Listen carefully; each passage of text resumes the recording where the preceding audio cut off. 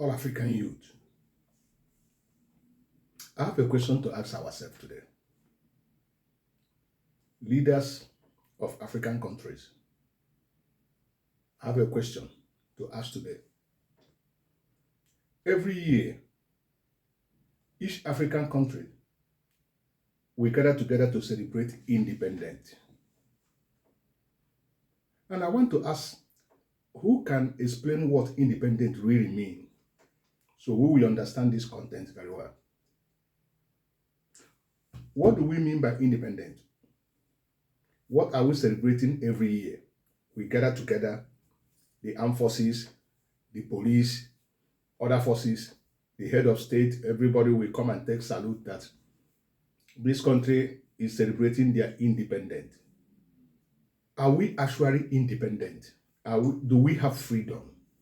Because to my own understanding of independence is a nation being free.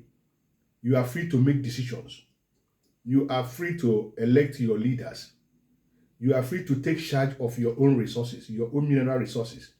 You are free to build your roads. You are free to build your railway. You are free. Your passport is free. Your money is being valued. The certificate of your school, your education, is being also valued in the Western world. But what are we seeing in Africa today? We are seeing in Africa who is celebrating ignorance and calling it freedom. When you come to Africa, the other day I was listening to the First Lady of the Sierra Leonean president. She was lamenting. How can you say that you are free, that you are celebrating independence, whereas that your electricity authority, the company that is in charge of your electricity in your country, is in the hand of the foreigners? Your own national cannot be awarded contract to build refinery. Your own citizen cannot be trusted to build even stadium. Your own citizen cannot be entrusted to build road, to build school, to build hospital. You are not even trusted yourself, you as a president, to be treated in your own country when you are sick.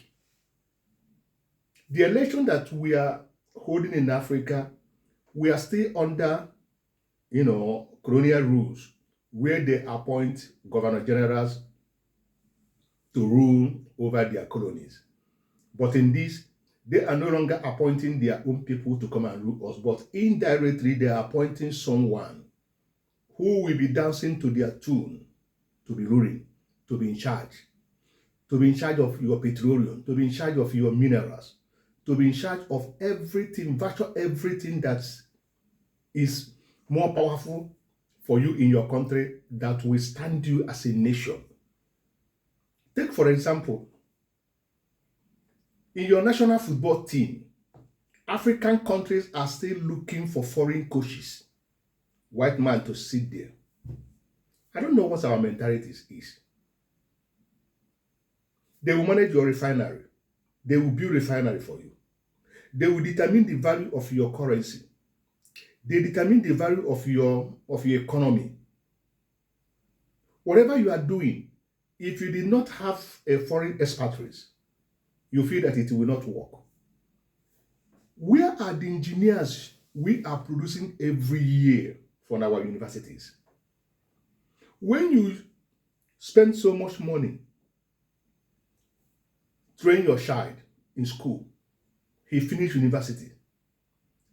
Everybody wanted to come to the West, America or other developed countries to go and do masters and to further more.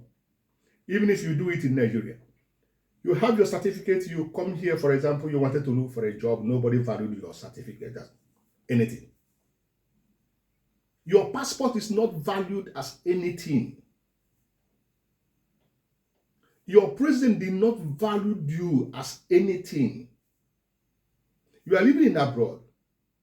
You just go to your embassy. You cannot see your ambassador. It's not possible for you to see your ambassador. They are taking themselves even more higher than the president who appointed them there.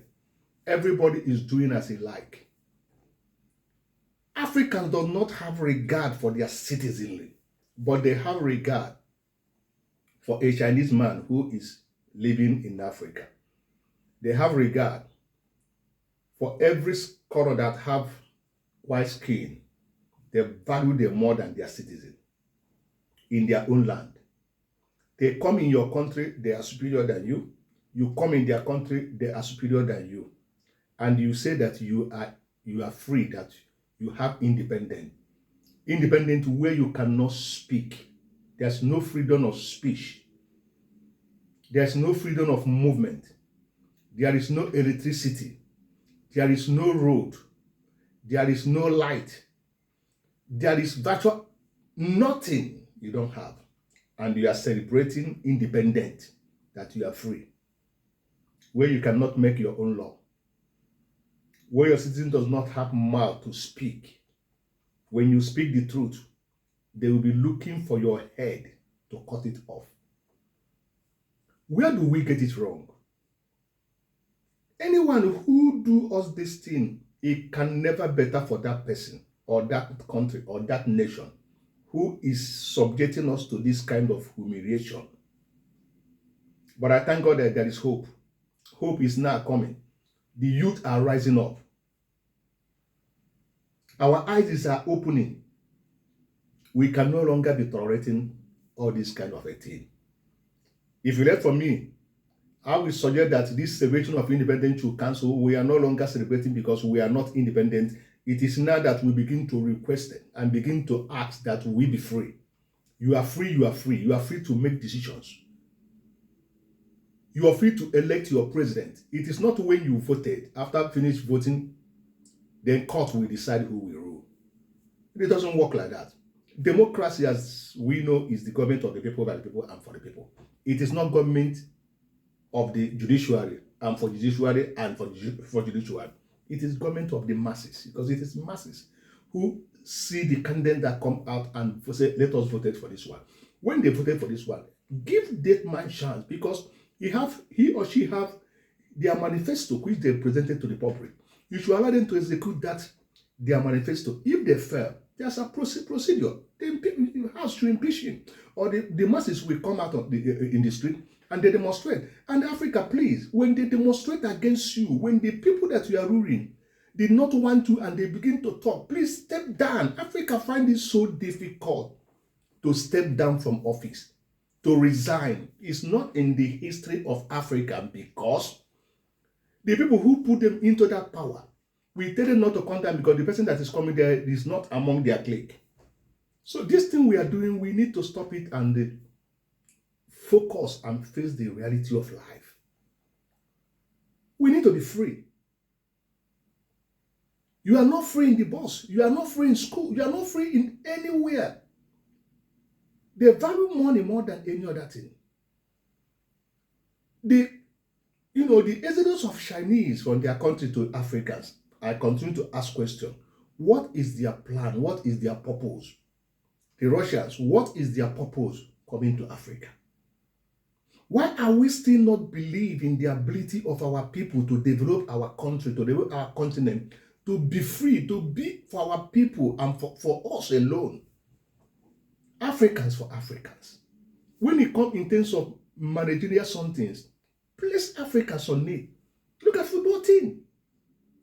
They are searching for foreign coaches. Whereas you know that African players played very well both in Europe, in America, and other places. There are top African players who played very well. They can be coaches, you know. You don't give them a chance. Even if they play and lose, I've not merited that you will just sack them immediately. You have to give them a chance to improve. They have to practice what they learn. Our doctors have to practice what they learn. Our engineers have to practice what they learn. It is not all about rushing. We wanted to do it now. No, we need to have patience. If really we wanted to grow, we must have patience. And all of us have to work together. We will achieve our goal. This is just my little advice I have to give for all Africans. Let us unite together as brothers and develop our continent and get it right. Put the people who you think that they merited to be in a position for them to be there.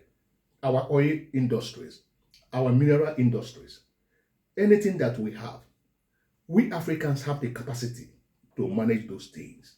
Those contracts that was signed by our forefathers when they were asking for independence in the late 50s and early 60s have to be revisited and a new contract have to be signed.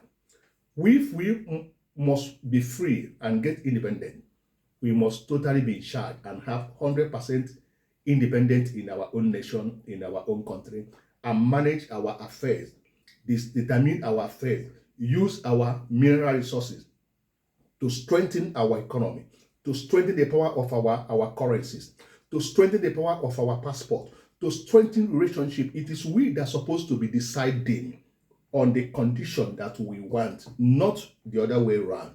They deciding for us what they want. It is we Africans that will determine how we want things to be run, because God has given us have deposited those things to us, those minerals in our land. We must make good use of what we have to get what we are looking for, so that we will develop also like other continents.